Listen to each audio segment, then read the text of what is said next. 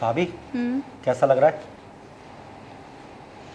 अरे देवर जी, पैर तो तुम सही दबा लेते हो, लेकिन तुम हमेशा घुटने के नीचे ही क्यों रहते? थोड़ा ऊपर भी आया करो। घुटने के ऊपर भी बहुत चीज़ें हैं दबाने के लिए। लेकिन भाभी आपने कहा कि दर्द यहाँ पर हो रहा है तो यहीं दबाऊंगा ना। देवर जी, दर्द तो पूरे शरीर में हो रहा है। अगर पूरा दबा दो तो और भी मज़ा आ जाएगा। हाँ तो भाभी दबा देता हूँ ना, आप हुक्म करिए। तो अरे मैं तो फिर कपड़े खोलने पड़ेंगे, कपड़े खोल दीजिए फिर मसाज करना पड़ेगा आपको। तो मसाज कर देता हूँ। देख लीजिए, उसके बाद बहुत चीज़ें करनी पड़ सकती हैं। हाँ भाभी सब कुछ कर दूंगा मैं, आप बस करवाने के लिए तैयार हो जाइए। अरे मेरे प्यारे देवर, आप तो सब कुछ करने के लिए तैयारी हो जाते हैं। एक बात बताइए, हम्म, आपकी जो लुगाई है हम्म, मैडम रीना साहिबा, हाँ हाँ। क्यों लड़ती रहती हैं आपसे? कहती हैं कि आपसे कुछ होता नहीं है, आप कुछ कर नहीं पाते हैं। अरे भाभी वो तो पागल है, आपको पता है ना उसका दिमाग कैसा है, छोटी छोटी चीज़ों पर चिढ़ जाती है। अभी कल ही की बात ले लीजिए, छोटी सी बात थी, कहने कि शॉपिंग करने जाना है। अब ऑफिस से जब छुट्टी होगी जब तो जाऊंगा ना। तो इसीलिए आज सुबह सुबह मायके भाग गई वो। हाँ भाभी, इसलिए मायके भाग गई।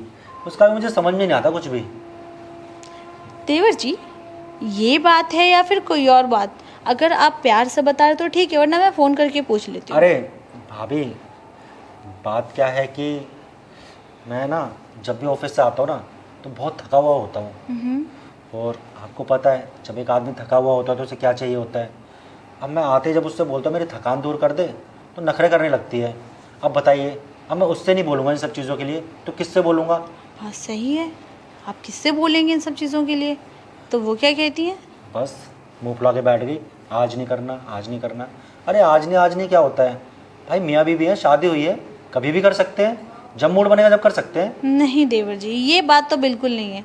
रीना ने मुझे साफ साफ बताया था, कह रही थी कि भाभी आपके देवर से कुछ भी नहीं होता, वो अरे तो बेकार हैं।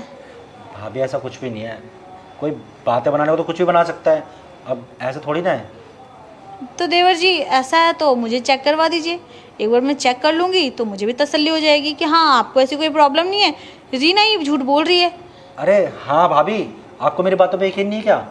मैं आपसे झूठ थोड़ा ना बोलूँगा, मैं सच बोल रहा हूँ, ऐसी ही बात है, किसी काम की नहीं है वो, हमेशा थक जाती है, छोटी छोटी बातों के लिए मना कर देती है। तो ठीक है ना देवर जी, उसको इस बार कुछ हफ्तों के लिए मायके ही छोड़ दीजिए। उनको लाने की लिए ज़रूरत नहीं है, क्योंकि आएंगी फिर से वही कलेश होगा तो क्या फ़ायदा। और बाकी तो मैं हूँ ही आपके पास, है ना, जो आपका ख्याल रखूँगी। और खाना पीना तो मैं आपको टाइम से देती हूँ। अगर कुछ और भी चाहिए आपके मन के हिसाब से, वो भी मैं देने के लिए तैयार हूँ। भाभी मुझे क्या चाहिए, मुझे तो वही चाहिए जो मुझे मेरी बीवी से नहीं मिल पाता है। अगर मुझे कोई वो सब दे तो कुछ बात बने। अब देखिए, कोई क्यों देगी? मैं हूँ ना आपकी भाभी, जो आपका सारा ख्याल रखेगी। और जब मैं आपके लिए इतना सब कुछ कर सकती हूँ तो इतना तो मैं भी ख्याल रख सकती हूँ ना, कि आपके मन के हिसाब से मुझे क्या करना चाहिए और क्या नहीं। भाभी सच में जब से वो मायके गई है ना, थोड़ा दिल को सुकून तो है, पर ना अंदर से तलब भी लगी हुई है। अब क्या करूं, कुछ समझ में नहीं आ रहा है, इसलिए आपके पास चला आया था। अब आपने बोला कि आपके पैरों में दर्द हो रहा है, इसलिए आपके पैर दबाने बैठ गया।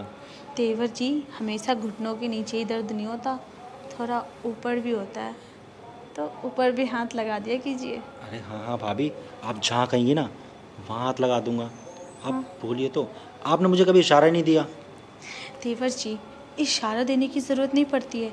जो चीज़ मैं सोचती हूँ ना देवर जी, वो चीज़ ले ही लेती हूँ, चाहे वो प्यार से हो या फिर दिल दुखाकर। तो भाभी आज आप ले ही लो, और दिल दुखा कर नहीं, दिल तो ना मेरा पहले ही दुखा हुआ है, मेरी बीवी जो दुखाती रहती है, आप ना प्यार से ही लो। देवर जी, अपनी बीवी का नाम मत लो यहाँ पर। अभी मैं हूँ और आप, बस हम दोनों।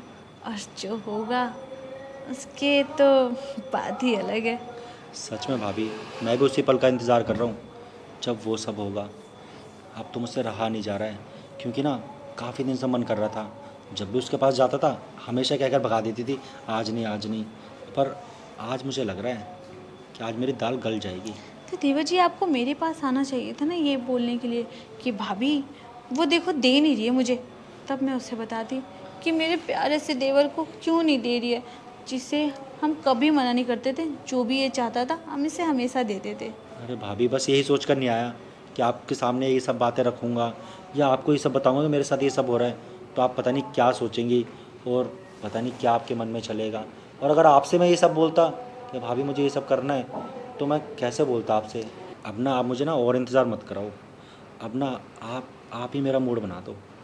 देवर जी मैं तो कब से तैयार हूँ, बस ये देख रही थी कि आपके अंदर कितनी बेताबी है और कितनी बेचैनी। भाभी बेताबी तो ना अभी आपको पता चलेगी कि कितनी बेताबी है। आपको क्या पता मैं अंदर से कितना भरा पड़ा हूँ। बस ऐसा चाहता हूँ कि एक बार कुछ मिल जाए मुझे, और बस ना मैं क्या करूँगा मुझे भी नहीं पता।